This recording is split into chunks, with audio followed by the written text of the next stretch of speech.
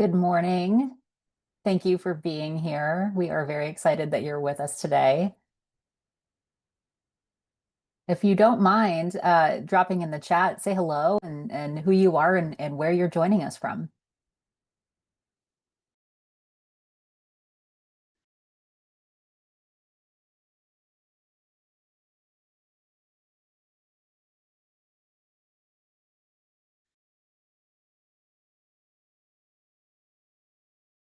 Hi, Laura. Thank you for being here today. Hey, Charlie, also in DC.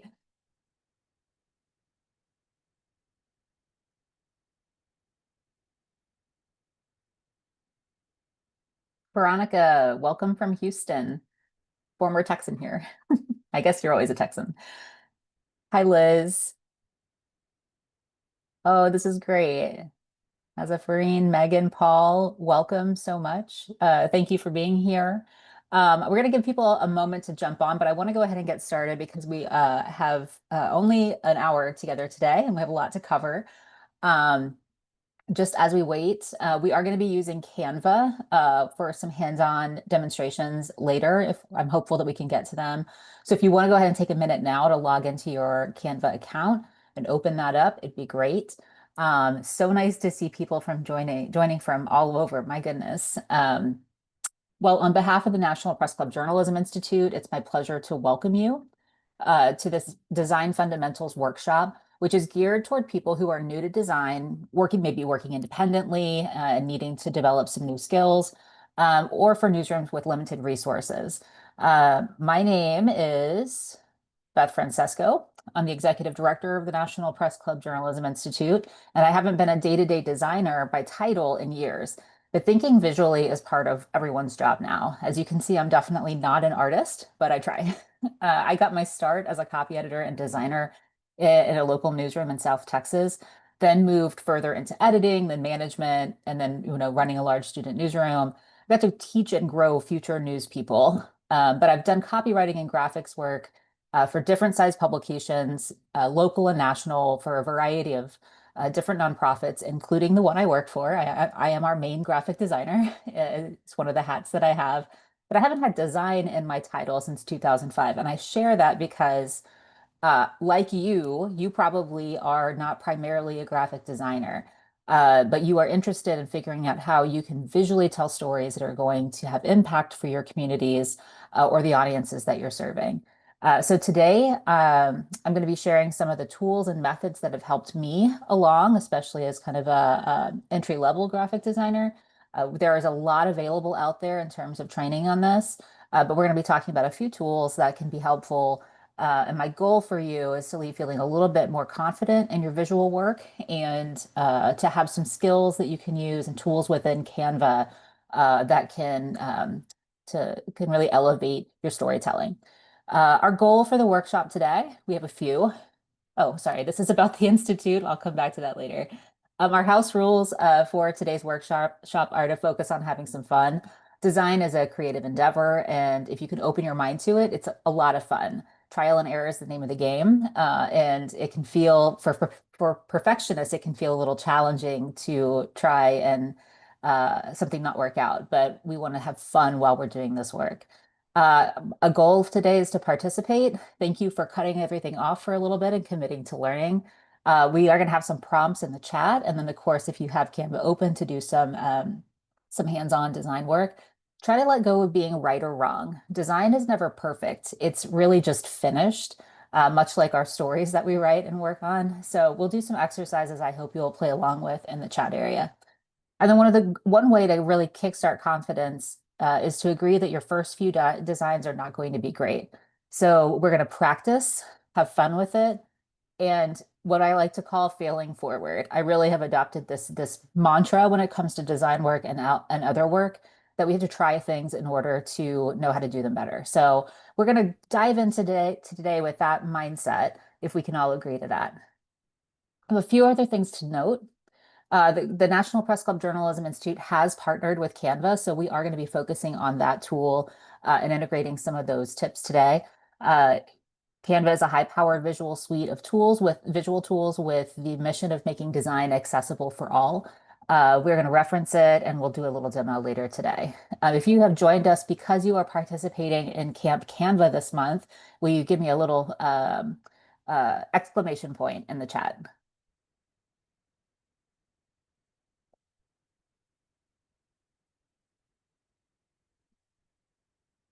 We are going to be using the chat. Yay, thanks, Maggie. We are going to be using the chat today, so do please keep it open and participate. You can also pop questions. Oh, look at that. That's great. Um, You can also pop questions into the Q&A if you'd like. Feel free to. I'm going to be monitoring the chat, but if I'm not seeing your question or comment, please go ahead and just you can raise your hand and I'll try to call on you. So speaking of the chat, let's try to get an idea of how we feel about design. Where are you with design? If you are feeling like you are lost, type in lost. If you are feeling like you are, pretty decent, but you just need a couple of new tips and tools to help move you along. Put mid, right? Like not the bad mid, but just mid-level. And if you are feeling 100, go ahead and put 100 in. Loss, okay, middle, dabbler, beginning. Hi, Joanne. Mid, okay. So we're feeling okay, but we need a little inspiration. We need a little push. Okay, that's really good. Well, I'm glad that I'm not seeing any 100s because that's not what this is. This is not geared toward people who are working in this space every day and are expert designers. Um, so with that in mind, just to get a sense of what we think designers do, just type in your response to this. What does a designer do?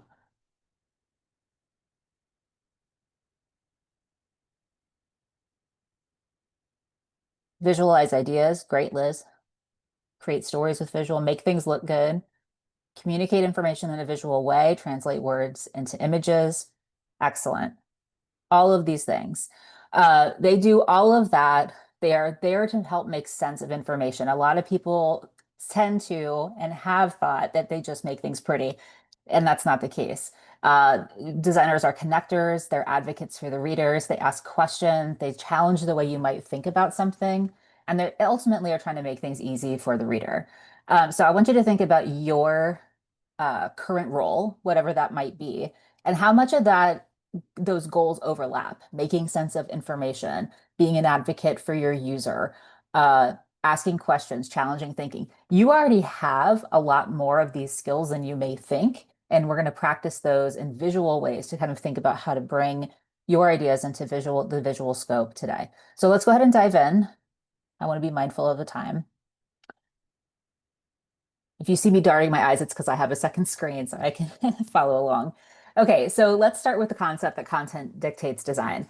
For example, you wouldn't arrange your living room without knowing what furniture you have and the size of your room, right? So we need to think about that in design terms when we translate that.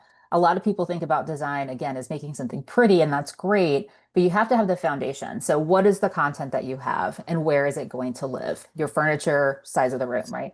So what photos do you have? How long is your text? What's the key essential message you're trying to get across? What's the hierarchy of importance? And then what platform are you going to be distributing that message across? That could be, a lot of people go to social graphics, but charts. It could be an annual report if you're joining us from a nonprofit newsroom. Where your information is going to live ultimately will dictate how much space you have to be creative within. And sometimes people think of those as boundaries, but and bad, but that can really help squeeze your creativity and ultimately help you save time. So I embrace the kind of planning ahead as much as possible so that you can maximize your time and your space. So let's have a little example. Let's say that you've been asked to make, I'm gonna say social video or sorry, social visuals a lot here, but mainly because I'm thinking about this through the lens of audience engagement. So let's think about if we're gonna make some social visuals, let's say to announce your organization's 40th anniversary. Okay. And we need a draft of this graphic in like 2 hours. Does that sound familiar? So the first question we want to ask is what purpose do we have here? What images and text do we have on hand? And how can we best utilize what we already have? So here we know the basics, right? I'm going to use my organization as an example. Here, I know that I've got two versions of a logo, right? I have a vertical and I have a horizontal. I know that we're celebrating the 40th anniversary, so I can use the number 40 in some visual way. We go back in time, that's 1985, if I'm doing my math correctly. Yes. Um, Yes, that's right. 1985. We have our name and logos, of course, and that we know that the tone is anniversary, right? We know that that means typically a celebration. So that's not a lot to go on, right? I don't have a lot of other, I have no images. Let's say that other than the logos, I have no photos to use or anything like that. So one hack that I use to try to get started about how we might deliver a design is to play a word association game. Um, this can help sort out tone, style, impact, colors, even. So I'm going to ask you to, in the chat, when I say anniversary, what, sorry, when I say birthday, right? Like if we thought about the 40th as a birthday, what images immediately come to mind for birthday? Cake, balloons, presents, confetti, numbers, fireworks. Ooh, fireworks, sparklers. Okay, great. Yeah, lots of very fun confetti, ribbon, fireworks. Excellent. Especially the cake, balloons. Oh, this is all great. We like the cake. I like that. Okay, so let's take the same question and instead of the word birthday, let's use anniversary. So when I say anniversary, what images come to mind?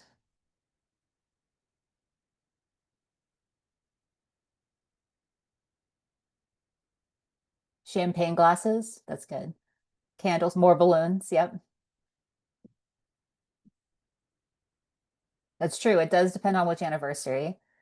Bouquet. Okay, that's nice. So flowers, sparklers, and fireworks. Okay, great. Trumpets. Ooh.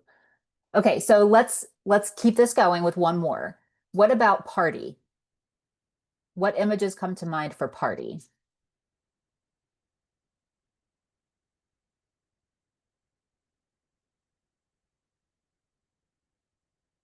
People, food, party hat, dancing, more more cake. We're a cake loving group here. So this is great because you have some overlaps, but you also have very different reactions and memories that are associated with those words. And while they all have some overlap, they are all nuanced. So just drilling down a little bit or taking a little bit of a shift can give you a much different tone in how you might present the information that we have on the screen here, right? We know that our purpose is we need to announce that it's our 40th anniversary. So we need to think about how our emotions and reactions to these things could influence the items that we select to incorporate into our graphics. So I'm going to show you three examples, and some of you were, I drew inspiration from some of you. We had similar things here. So one example of how we might do this is if we're going the kind of professional anniversary feel for this is that this incorporates the colors of our, oh, it looks a little gritty, I'm sorry. It incorporates the colors of um, our organization, blue and gold. It incorporates the champagne flutes. It has a sans serif font and a kind of scripty, fun font, and a call to action that would be this digital toast, right? That depends on the purpose of the thing. So that's one interpretation of how somebody might do this. Another is more the party route, the more the birthday route. So 40 years of journalism service, happy birthday to us. And the call to action here, donate, please. So you can see here we incorporate some of the candles that you mentioned, and it has a very different tone than the one before. It's still celebratory, but it definitely has a different vibe to it. And then let's say we go to just one more example that's a little more somber. Um, and again, kind of the professional organization service mindset. This takes a very different approach and focuses in on the work that's being done by the organization. So, and no call to action here. So you can see here, these are three very different approaches. I wonder in the chat if you can tell me which you prefer, one, two, or three. One. Okay, three.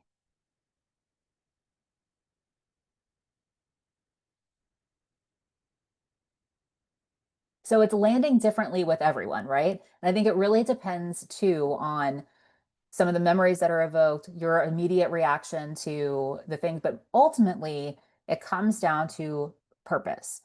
So you can see here that the understanding the goal from the start. What's the goal with this graphic, which we didn't really clearly define. We just said announce the 40th anniversary. But you can see that there's a different call to action here, donate, and here, come join us for this digital toast. So, well, that's a good point, Joanne. The third one could be used throughout the year. Yeah. Uh, Understanding the goal of your graphic or your image is really important to limit frustrations later down the road when somebody comes back with different edits and to be efficient with your time. So within Canva, these all came from Canva templates. There are thousands of them to use as inspiration and to build off of with your project. I just want to point out that starting without purpose, you could spend a lot of time staring at a blank screen or coming up with something that's going to have a lot of edits down the road.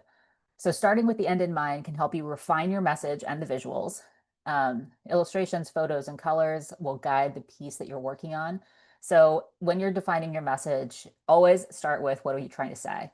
What's the end goal for the viewer of this graphic? So some examples could be if you're a news organization, um, is your goal with whatever this image is to inform and then to get them to click to read the rest of the story, to follow a particular reporter or coverage? If you're a freelance journalist, are you trying to build your brand? Um, are you trying to instigate people to subscribe to your newsletter? You learn something. So understanding what your purpose is and understanding that each graphic is not going to be one size fits all, that approach can be dangerous. It's appealing because it's one image, but it also could leave the call to action, um, an impact of that work not as successful as you'd hoped. A couple of other examples here: nonprofit. Do you want them to donate? Do you want to watch a video? Like, tell what is the call to action that you want people to do, but when they're looking at this, and it may just be awareness, and that's okay. It doesn't mean that they have to actually do or take an action. Um, I wonder if you could just for a minute, let's take 1 minute to think about a graphic that you need to create for your organization, or that's something that you're working on right now, or perhaps an action that you want your readers or constituents to take. If you're comfortable with it, you can share that in the chat. Just kind of setting a goal or an intention for our time together today.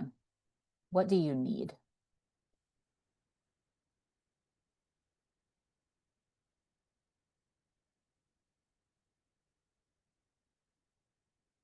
I can tell you right now, the Institute is working through our donor messaging, right? Like, we're a nonprofit organization, so we are working through a new donor campaign.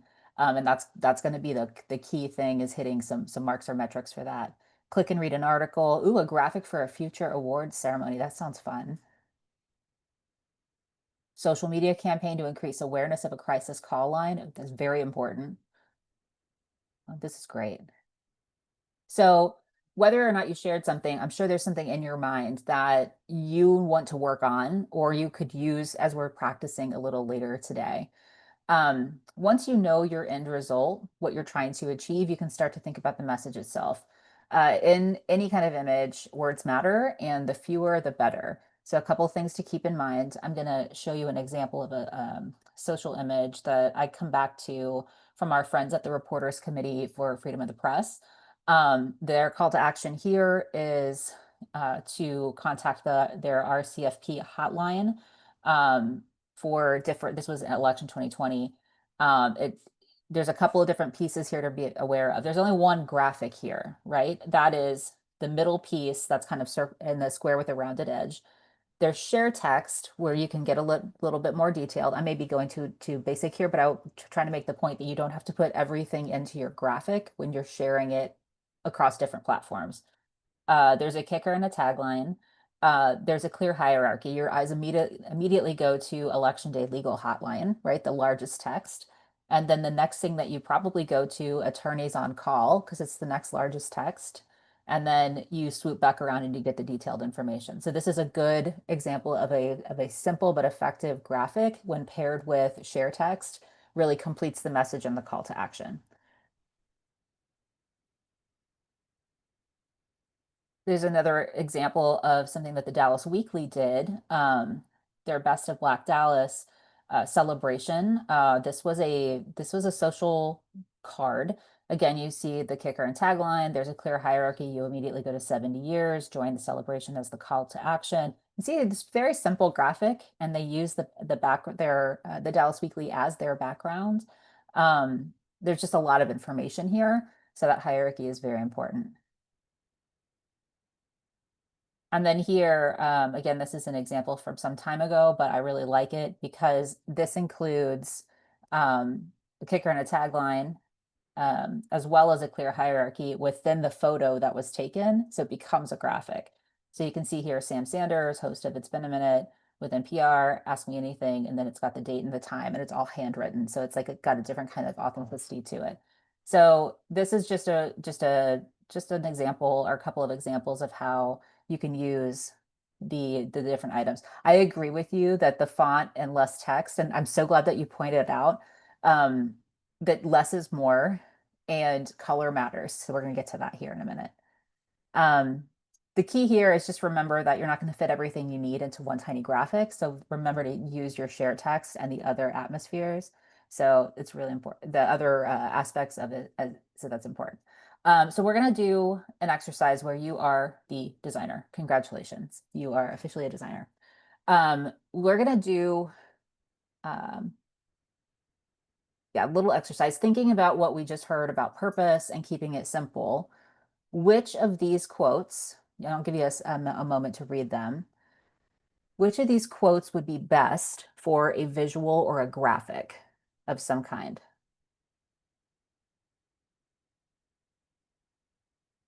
C. Lots of people saying C. Why C?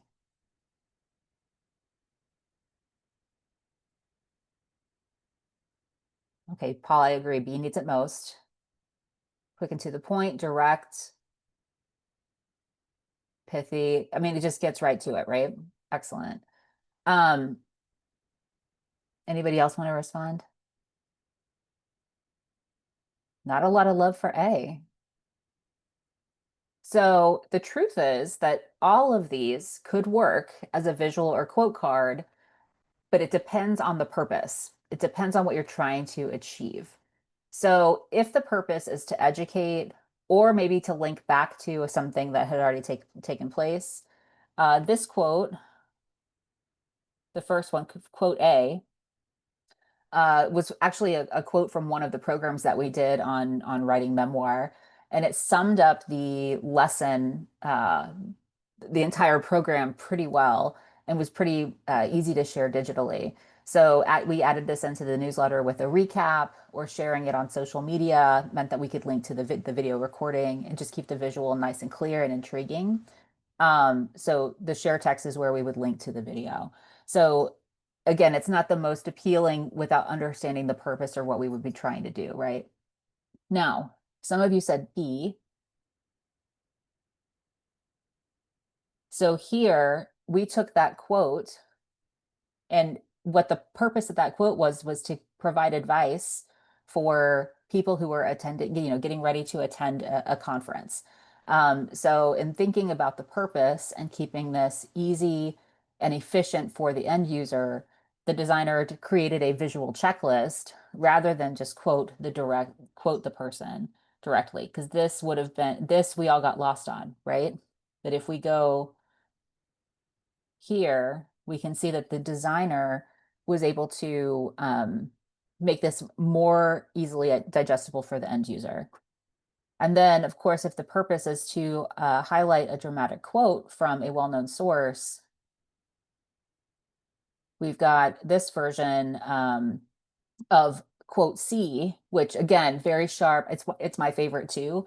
But we are able to highlight some of the keywords even within that more dramatic quote. This was also a quote from one of our programs, so we were able to link back to that.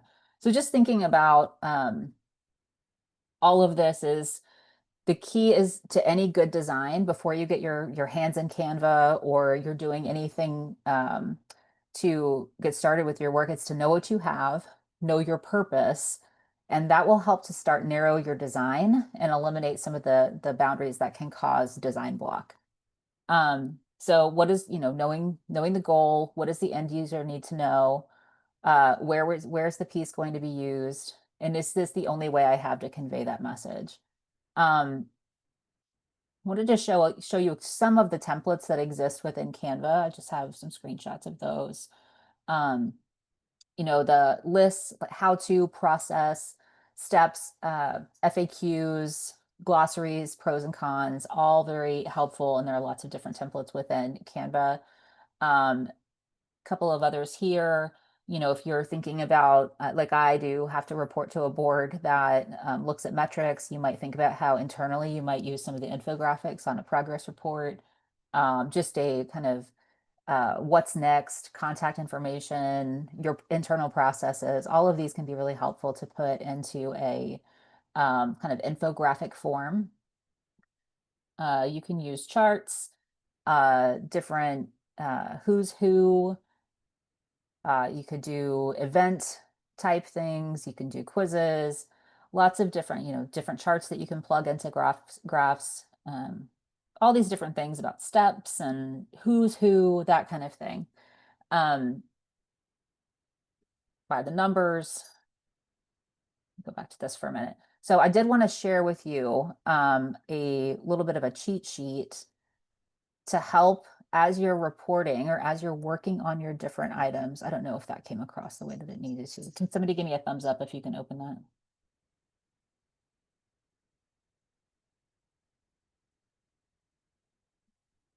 Actually, I can't see the thumbs up. If you can open that link, will you put an exclamation point in the chat?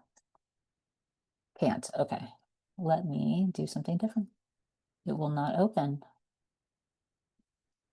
We can fix this. It's the longer version. Try that. I see some people populating it. So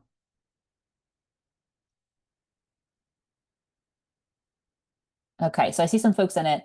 Anyway, save the link because this tip sheet can be very helpful as you're working on something or you need a graphic, but you're not sure what it should be. You can use this to kind of help think through beyond purpose how you might illustrate some of the information you have. It could be an inspiration as well as the templates and just kind of looking at how people put things together. So now we're going to get into, oops, looks as if, give me 1 second to get back on track here.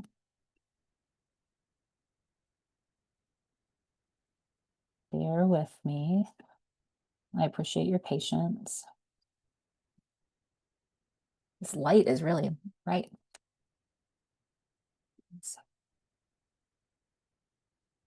Here we are. Thank you. Okay. So now we're going to get into some more specific tactics and things to look for as you are examining the information that you have. Just a reminder, you are going to get these slides. We'll give you a copy of them and we're recording this so that you can review the video if you'd like to. So a big thing about some of the fundamentals of design that really are important about content placement, font selection, and color, right? We're going to talk through some of those things. Once you know what you're working with and what you're trying to do, a designer considers how they're going to organize the material. And so this slide shows some of the variations that can help create flow and impact for the end user of whatever you're working on. So I'm just going to go quickly through these. You're probably familiar with the concept of hierarchy and emphasis. Essentially, this shows where to look first, right? So if you don't like, this was the larger headline when we were looking at the RCFP graphic earlier. A strong focal point grabs attention and then naturally leads the eye through the rest of your design in order of importance. So you might think about like a magazine cover. The big headline pulls you in first, and then you start moving through the smaller stories and images. And it doesn't have to be a headline. It could be a big a main image. Think about your newspaper's front page. There's usually a large dominant photo or graphic that pulls you in, and it's the first thing that you look at, followed by the headline. There's lots of different research available on hierarchy and how it impacts news consumption. But for our purposes here, this example, you can see that the first thing you go to is the larger photo in this example, and then you go to the top right, and then you move down. Okay. Also, proximity and grouping. You can see here when you group things that are related together, the design instantly feels a little bit more organized. It helps people make connections and it can understand your message without getting lost in a lot of clutter. If, for example, the orange circle on the bottom in that section was in the middle of the two rectangles, it creates an imbalance that in this particular example that could be confusing.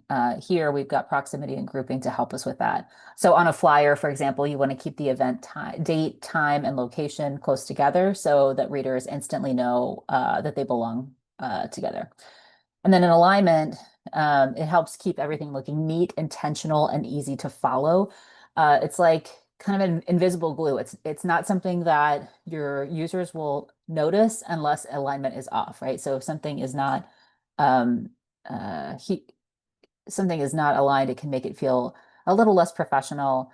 Think about restaurant menus when you go to restaurants.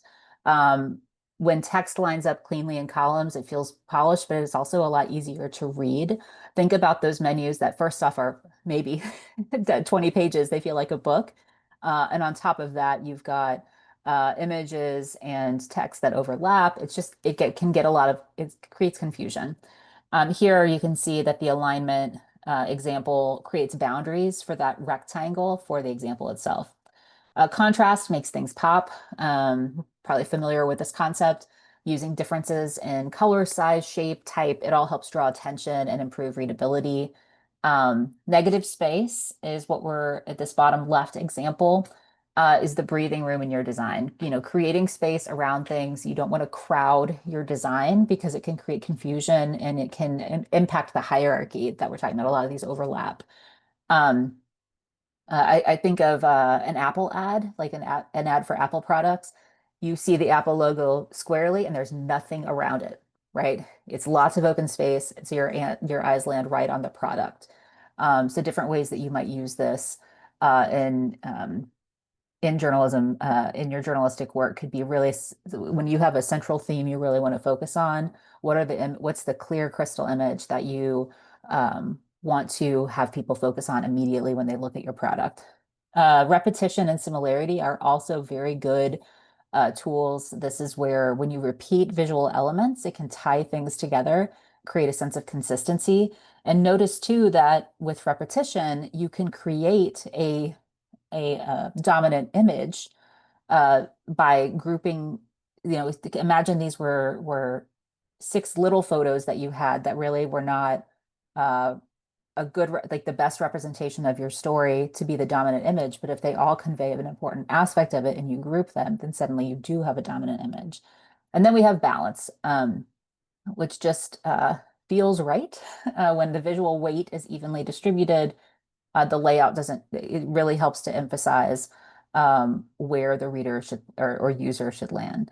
Um, so here's just a sense of that. If you had one large image and then you had two smaller images, you can try to balance them out by using the two opposite, the one on the left. Any questions there? I know these are kind of like probably have heard of some of these, or this feels a little bit too um, academic rather than hands-on. I understand, but I just want us to kind of notice these things. And I would challenge you to notice them in all areas of your life, not just in your journalistic work, but next time you go to a restaurant, look at the menu and see, how does that design affect where you go and the impact on you, or even when you're driving and you see a billboard, notice some of these things because it can be really helpful to your end result. Let's see, let's move on to color. Oh no, that's not right. There we go. Um, so using color, colors, fonts, photos, and illustration styles all build up your brand identity. If you are in a newsroom, will you put an exclamation point in the webinar chat? Or if you're within an organization that has an established brand identity? Victoria, yeah. Liz, Beth, excellent. Pam. So a good handful, good. Um, so it's important to remember that your brand identity is that consistency that your readers, your users, your audience, your clients know when they think of you, they know that this is consistent, right? So, and they get a sense of who you are and what you do from it. So, is the organization or business that you represent modern, classic, known for innovation, being bold, trendy? Your selections as a designer need to reinforce that sense of mission and mode of operation.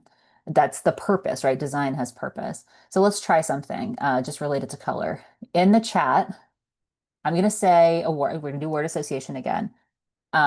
What colors do you think of when I say modern?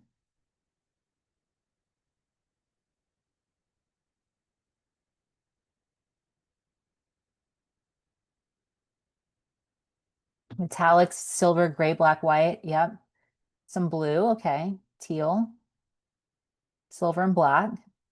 A lot of black, silver, metallic is typically what I hear from folks. Sometimes we get a pop of color in there like teal. But you can see here that we have our experiences with those colors are influencing how we think about modern. What about the word fresh? Immediately green. So yellow, pink, green, yellow, orange, kind of like citrusy colors, right? Is kind of where we lean toward. Okay. Now let's take this a different direction. What comes to mind when I say the word yellow? Sun, lemon, banana, sunflower, sunshine, bright. So we're identifying with objects and we're also senses, right? Something bright, some kind of tone. Rebecca, definitely not always great in graphics. I try to avoid at all costs unless we have to. And that's yellow's part of our brand. So nuclear. Okay, let's take it another color. What comes to mind when I say blue?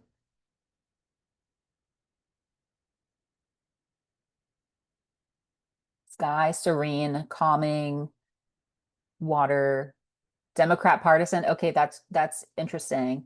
Cool and clean. Very interesting. So we're all coming at this from different lived experiences and senses that we've had with these different things. And something just as simple as the word blue can bring up emotion and feelings and experiences that we associate with them. We attach as humans, it's natural to attach feelings to a lot of different things, but color is one of the ones that drives a lot of how we interact with content and different things. We can't really get too much into the psychology of color here, but I did, if you're interested, want to share um, a link if you want to do a little bit of deep dive on your own. This is actually from a marketing group, but I thought it's like does a good job of explaining color and how our connections to it, and it might help influence some of how you use this as a designer. So want to get to fonts as well.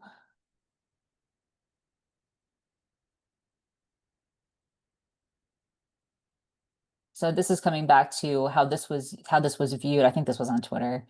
But I want to talk about using fonts because somebody made the good point that they could not read unless you know the program and know um, the host that for the Sam Sanders It's Been a Minute on NPR.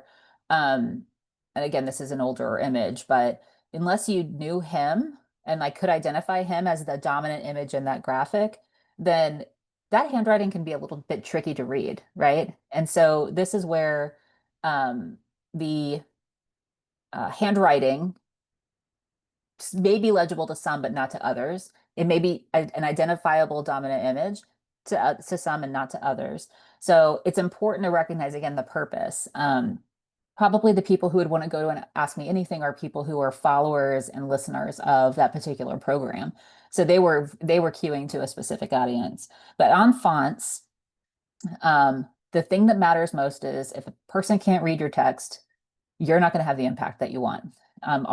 Especially when you're starting out, our inclination is to put so much into an image and cram so much text and the story that we're trying to tell into a graphic that we dilute the impact of that. So you have to be very selective, but especially when you are thinking about um, your audience, your primary audience. It's important to know and consider how the reader will interpret something. So I really try not to go smaller than 9 point type on anything. You'll be tempted to try smaller because on a screen you may be zoomed in and suddenly you zoom out and you realize you have a 5 point font. Nobody can read that. Graphics don't typically resize proportionally across platforms. And so you want to know, again, like where you're going to be distributing to. The size of the screen, Charlie, good point, of where you're publishing is important. Mobile screens are small.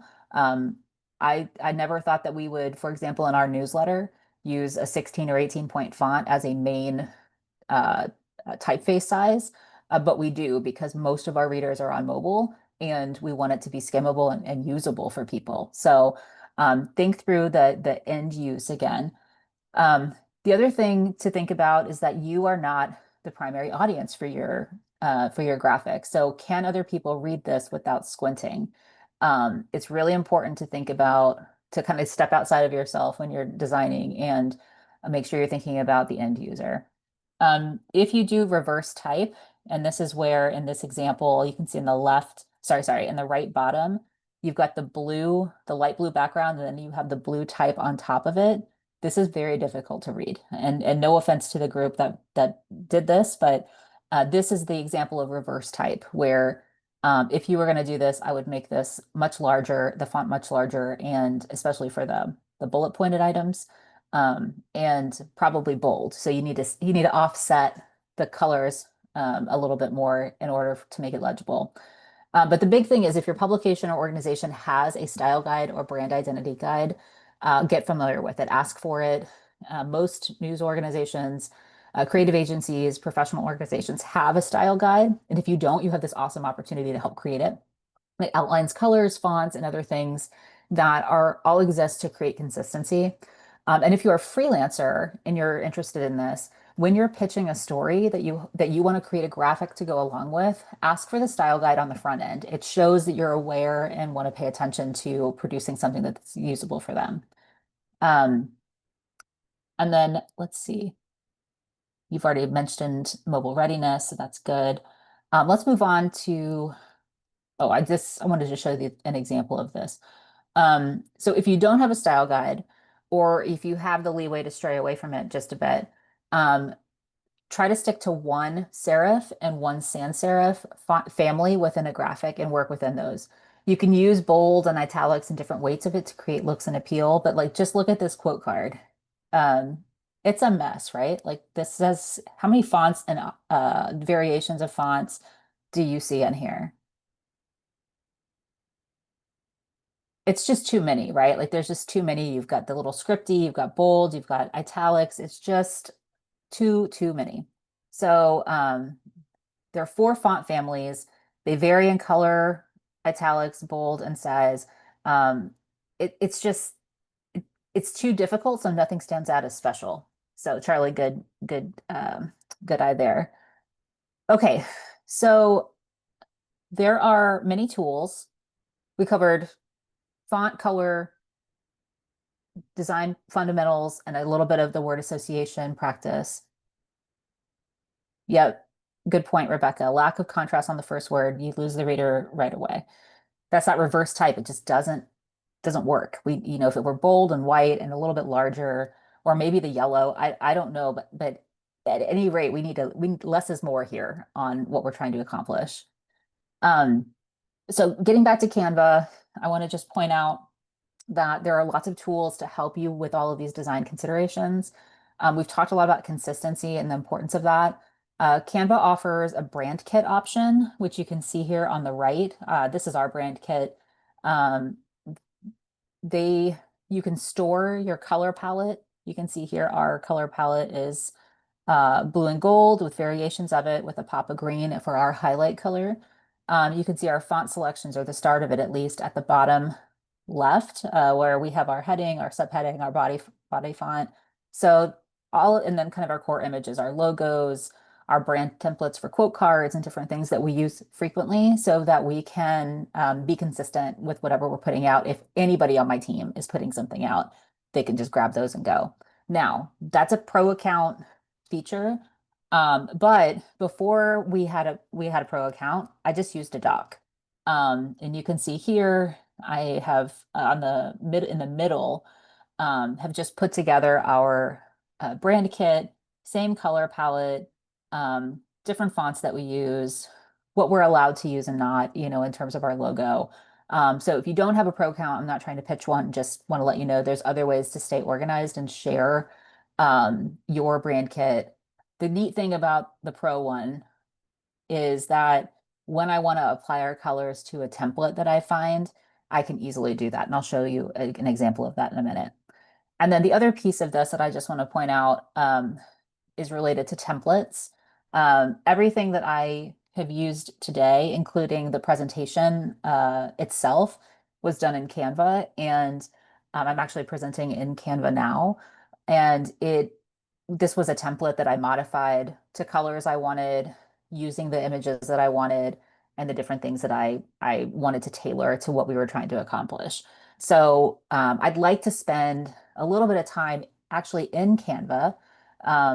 Any questions before we move over to that piece of the our time together today? Had some really good comments in the chat. I really appreciate the insights and your participation.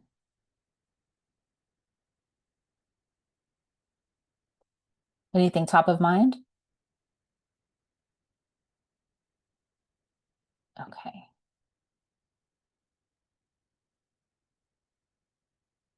Jamie, that's a good question. Um, Let me actually share this real quick. Give me one moment. Here we go. Okay. The question is, when it comes to color, have you used a color wheel to decide a palette? Um, yes and no. I actually, my mode of operation now is to first, when I'm doing something for my brand, I use our brand palette. I don't stray from that. When I do something for a personal project for some of the organizations I work with, I will go to our purpose first and then go to a color wheel to try to match what our purpose and tone want to be. So when I was building my personal website, uh, which you can do in Canva for free, the first thing I was thinking about, again, kind of working through that purpose and audience. My purpose is that I want to, okay, take on clients for career coaching. Okay, let's say that. Well, my purpose is going to be more professional, so I'm probably going to want to be in the blue, green, black, silver usage space. I also want to think about what that pop of color might be. And so from there, I actually would go to Canva, and you can see my screen now. I'm going to go to my actual, um, oops, where am I going? Here we go. I'm going to go to my projects, and you can see I'm in Canva now. You can see the different projects I really actually built these in. I'm going to go home, and it's going to ask me what I want to build today. And I'm looking to the side because my screen over here is where I'm doing this. But going here and just looking at, let's say I want to do social media something. I go to Canva for inspiration for colors because they have done a lot of work within templates to create color schemes. So let's say I want to do make a goodness gracious. I want to promote some kind of ad. They've matched some colors already. I'm not saying that this would be one that you would use, but you can go in here and just explore, ad for Halloween. That's going to be a pretty specific color scheme here, but you can kind of set that up. Or if I wanted to say training, professional training, you can see that they've matched up some color schemes that will work for you. And it's fun to just go in here and see how things work together. So anyway, I would encourage you to draw, if you don't have a color palette you're already working from, just draw some inspiration from some of these. Joanne, the reason that we decided to go with the paid plan is because we're a nonprofit and they have a nonprofit uh, um, program that will allow you to apply and not pay. They have a free for nonprofits. So I would encourage anybody on here who is with a nonprofit organization or nonprofit newsroom to go definitely explore that program. In fact, let me find that. Let me Canva for nonprofits. Drop that in there. Here we go. They also have Canva for educators and education. So if you're a teacher, you can explore that too. But I think this plan is pretty great. There it is. It's listed on here. All right. Paul, you make a very good point that it can be helpful to print in grayscale or even design in grayscale to see if it's readable when people share it in an office printer. Something to note about these designs is that if you're planning to print, it'll flag for you anything that's outside of a print range while you're designing. Oh, Marissa, thank you for sharing that. Okay. So, I wanted to just explore the templates here in kind of a like a fun way. Uh, so I'm going to go back to my main Canva page and to create a design. So I'm in my designs. There's templates right here that you could look at. So if I wanted to say birthday card, sorry, you can see here it'll bring up a lot of different things. Um, None of these are kind of my vibe, but they might be yours. And you can see that you can easily, maybe select one.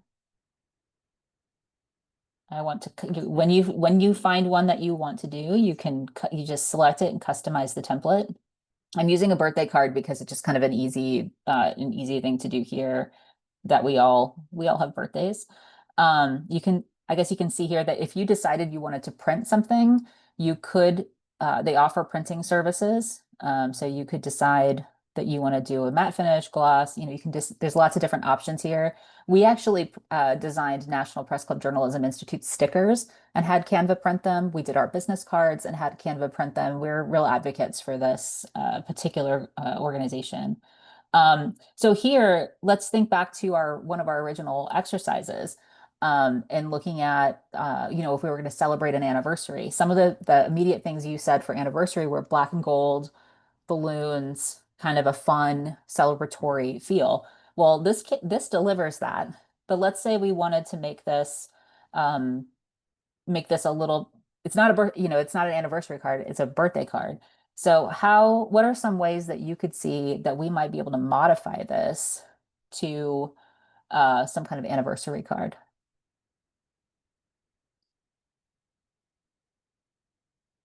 Change the language, yep. So this is actually, it looks like a photo. So we take that out, change the font. This font, Charlie, yes, okay, thank you. So let's maybe just start over. Like maybe we like the framing of this, but we want to do a different message. So if somebody wants to pop a message into the chat.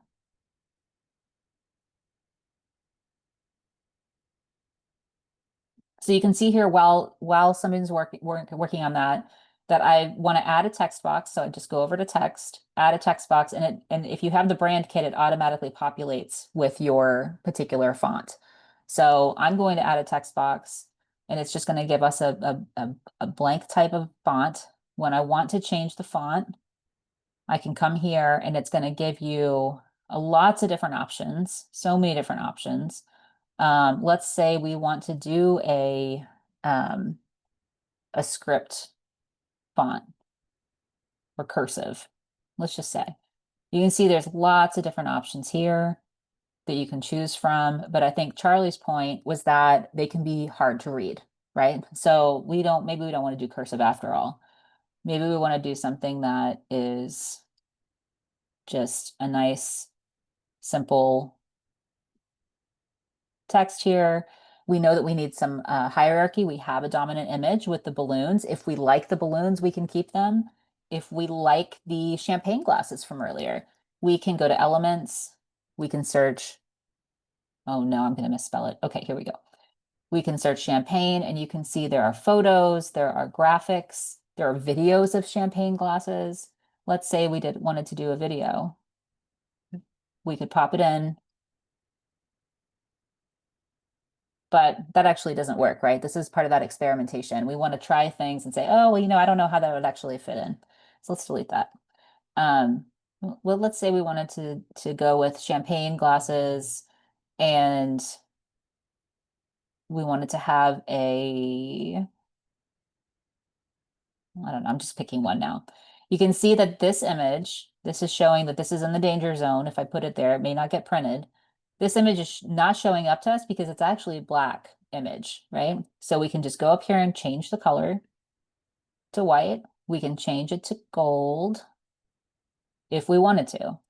Um, it's probably too early. Um, then we have Charlie, I'll get to that in just a moment. Um, I'm going to go back to actually the photos. You can skip through here. I'm going to go back to the one that I used just as an example. So you can see here that this photo came across with a white background, which obviously doesn't look good on a black background. There's a feature where you can edit the image, edit the image, edit the image. Okay. And there are lots of different filters you can put on things within the app, but I'm going to use this tool called Background Remover. And suddenly I don't have a background on this image and I'm able to mess around with the size and go from there. So you can see here, I didn't see anybody put any text in here, but we'd probably want to have some kind of headline type font that's big. So let's make this 45. Ooh, that's very big.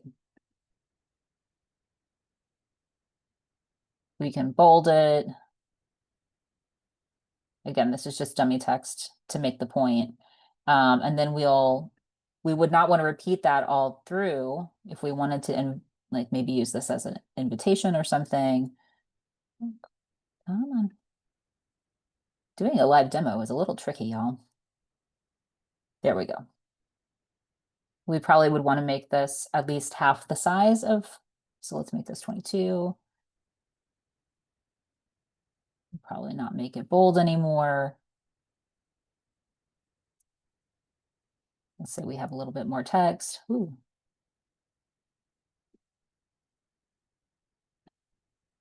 So just to illustrate the hierarchy piece, the first image we go to is the champagne flute, second is the headline, and we're guiding people around this.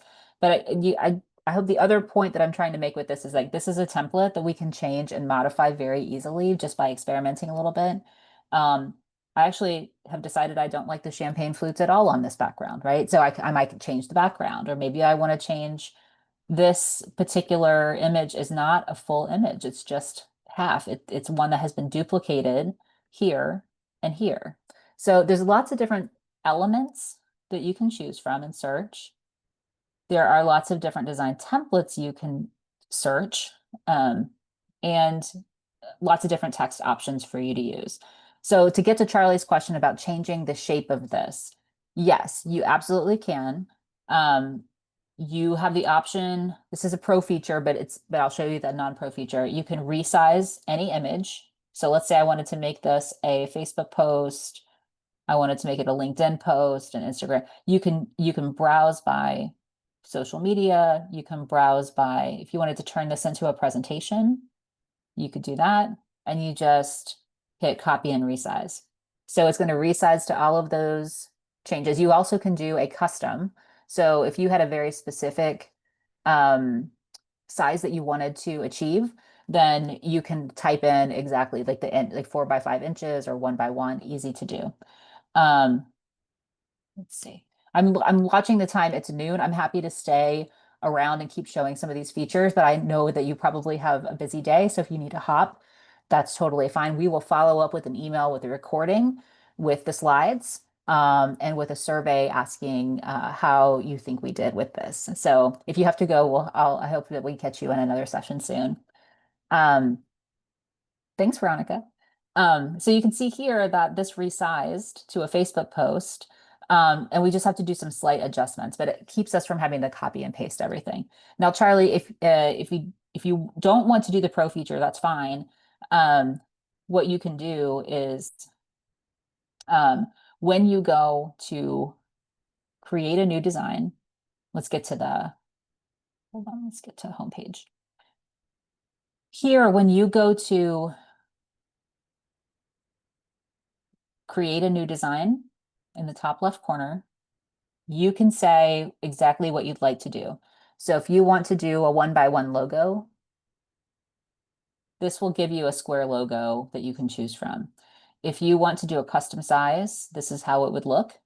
You can see that I have a couple of custom sizes that I have used, but if you wanted to do a 5 by 7, which would be, you can choose that, 5 7 inch, you could create a new design, and that could be horizontal or vertical. Paul, can you tell me, is Canva's final output to public a graphic? If so, people cannot pick up text from it.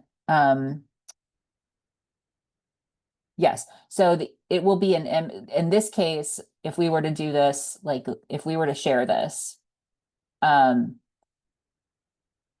could download it, you could present it, you can actually, if you're connected to your social feeds, you can send it directly from here. So whatever's in your image, it will do. Um, I'm not connected on Facebook on this particular thing, but if you were to use the direct output, you can put share text in, so you can add the context that you need to go with the image. I don't know if I'm articulating that well to answer your question, Paul. But it depends on what your product is. So it would be a graphic or image. They also there's not time to get into this today, but you can create. Right. Okay. Yeah, I see what you're saying, Paul. No, they would not be able to copy and paste from the product. At least not that I'm aware of, but I haven't had a use case for that. But you can also print directly to web, or sorry, publish directly to web. Here, we should probably do a separate session on this. But creating your portfolio directly from Canva, you can publish a website. After customizing, you can literally publish a website. It's pretty amazing. I'm a big fan, of course, and I don't work for Canva, but it is a really powerful tool that can allow you to do a lot of different things. I hope this has been helpful. Are there any other questions or things you'd like to see in Canva related to design, or questions about design, kind of basics?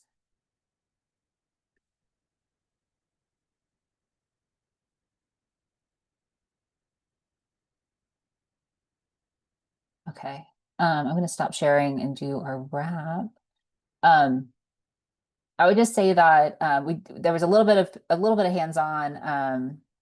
I would just like to say, a couple of things I hope are takeaways, that there are endless possibilities when you're starting with a blank screen. You know that from your storytelling.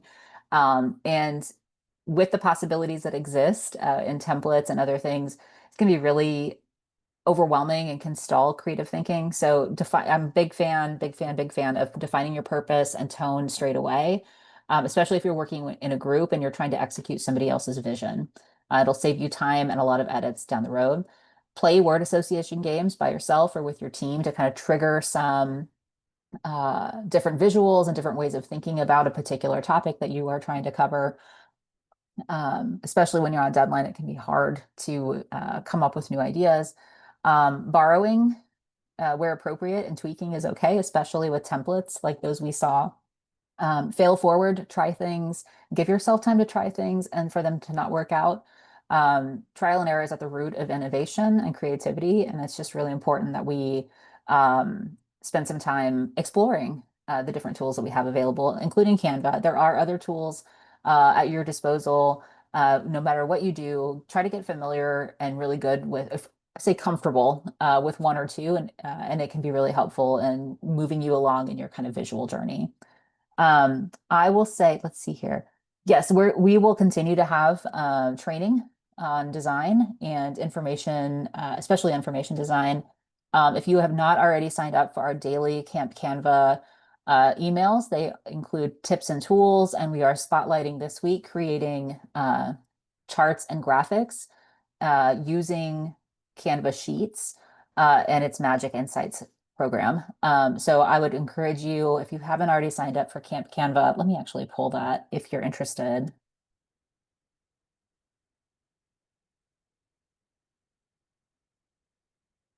One moment. Here's the registration form. There you go. And we have an archive of we started October 1. These are daily daily tips and tools designed to only take you about 10 minutes, less than 10 minutes a day.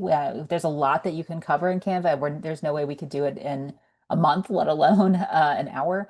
And so we know that you don't have a whole lot of time to dedicate toward this type of learning. And so the goal with Canva is to give you bite-sized pieces that are easy to comprehend and also to do a little practice from day to day. Paul, you have the option to add alt text within Canva and then with whatever platform you're distributing it across.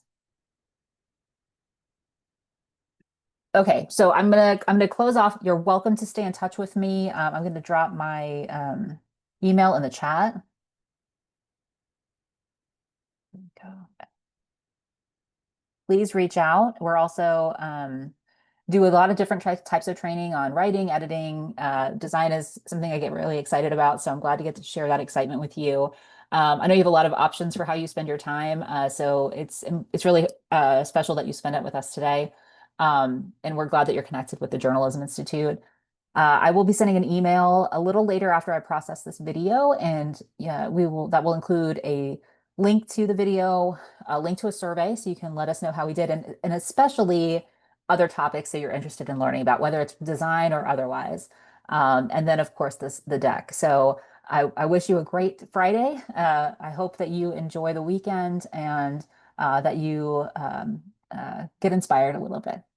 Have a great rest of the day.